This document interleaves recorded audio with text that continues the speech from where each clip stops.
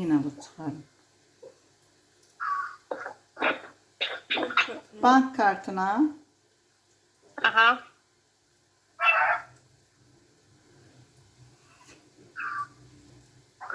İndi nə yazır?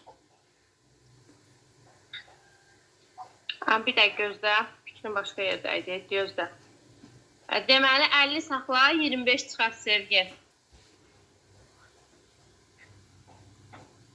25 dollar çıxart. Maksimum çıxarma məbləği 25. Aha. Düş aşağı, çıxarın sözünə vur. Əla. Ülviyə istəyirsən, gəl səndən də çıxardaq. Şey olsun deyə, 85 tamam olsun. Bank kartını be değiştirdim. 25 də gəl səndən çıxardaq, səndə də var. Kartını değiştir.